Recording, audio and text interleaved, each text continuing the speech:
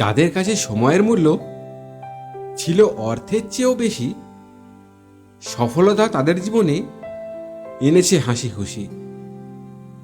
নমস্কার বন্ধুরা, আমি সুব্রত।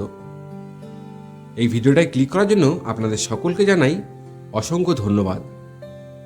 আমি আমার পূর্ববর্তী ভিডিওটিতে আপনাদের জানিয়েছিলাম আমরা আমাদের সময়গুলোকে কোথায় আর কিভাবে অপচয় করি এবং তার ফলে আমাদের জীবনে কি কি দুর্ভোগ নেমে আসে। আশা করব আপনারা সেই ভিডিওটা অবশ্যই দেখেছেন এবং নিজেদের ভুলগুলো শুধরে নেওয়ার ব্যাপারে সচেতন হয়েছেন। সময়কে সঠিকভাবে ব্যবহার করতে গেলে আমাদের বেশ কয়েকটা বিষয়ের দিকে নজর দিতে হবে, আর তার মধ্যে থেকেই মুখ্য তিনটে বিষয় নিয়ে আমাদের এই পর্ব।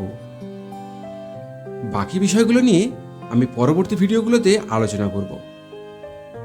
আজ যে তিনটে বিষয়ের কথা বলবো, সেই তিনটে বিষয়কে সর্বপ্রথম আপনার জীবনের মূল মন্ত্র বানিয়ে ফেলতে হবে। এক কথায় বলতে গেলে কার্যকর সময় ব্যবস্থাপনা এই তিনটে স্তম্ভের উপর নির্ভর করে। প্রথমত, একটি নির্দিষ্ট লক্ষ্য নির্ধারণ করতে হবে।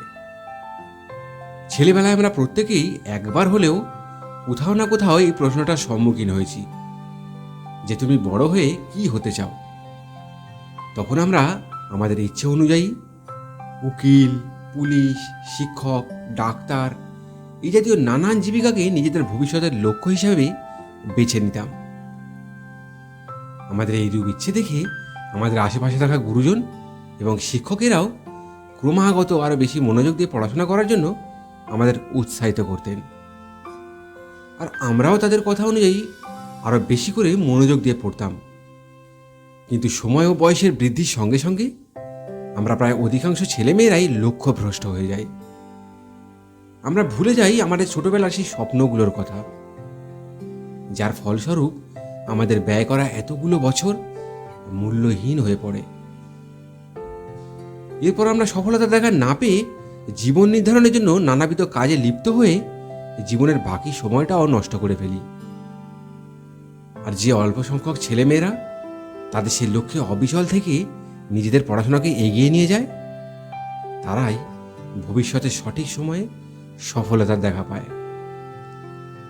তাই আপনাকে সফল হতে হলে সর্বপ্রথম একটি নির্দিষ্ট লক্ষ্য ঠিক করে সেই লক্ষ্য পূরণে দৃঢ় প্রতিজ্ঞ হয়ে কার্য করে যেতে হবে।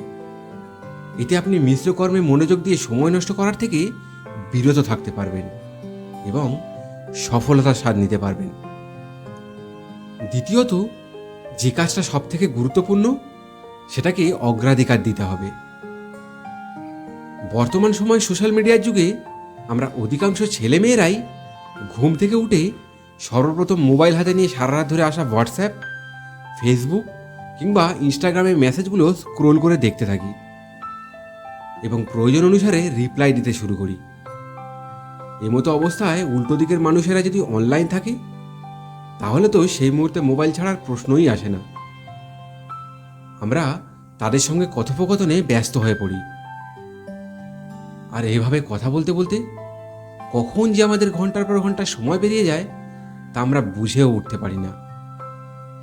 যার ফলস্বরূপ যখন আমাদের পড়তে বসার মতো গুরুত্বপূর্ণ কাজের সময় এসে পড়ে, তখন আমাদের ব্রাশ করা, ব্রেকফাস্ট করা, বাথরুম যাওয়া সবই বাকি পড়ে থাকে। আর এভাবেই দিনের শেষে আমাদের একগুচ্ছ কাজ পেন্ডিং হয়ে যায়। সুতরাং আপনাকে সফল হতে হলে গুরুত্বপূর্ণ কাজগুলোকে আগে শেষ করতে হবে। গুরুত্বহীন কাজগুলো নিয়ে বসে পড়লে শুধুমাত্র সময় অপচয় হবে আর গুরুত্বপূর্ণ কাজগুলো পেন্ডিংই থেকে যাবে। তৃতীয়ত, আপনাকে আপনার লক্ষ্যে পৌঁছানোর জন্য একটি নির্দিষ্ট রোড ম্যাপ তৈরি করতে হবে। মনে করুন আপনি একটি চৌরাস্তার মাঝখানে দাঁড়িয়ে রয়েছেন, যার চারটে রাস্তা চারদিকে যাচ্ছে। এখন আপনার কাছে আপনি কোন জায়গায় পৌঁছতে চান এবং কোন রাস্তা দিয়ে গেলে সেই জায়গায় পৌঁছতে পারবেন সেই বিষয়ে যদি সঠিক কোনো তথ্য না থাকে, তাহলে খুব বেশি সম্ভাবনা যে আপনি ভুল পথ ধরে এগোতে থাকবেন এবং সেই পথে গিয়ে নিজের গন্তব্যস্থলে কিছুতেই পৌঁছাতে না পেরে পুনরায় আগের জায়গায় ফিরে এসে নতুন রাস্তা ধরবেন।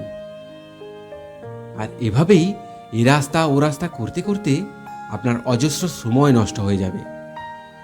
তাই আপনাকে আপনার লক্ষ্যে পৌঁছাতে হলে সেই লক্ষ্যে পৌঁছানোর জন্য যে রাস্তা অতিক্রম করতে হবে সেই রাস্তা সম্বন্ধে বিশদ জ্ঞান অর্জন করতে হবে। ধন্যবাদ, ভালো থাকবেন।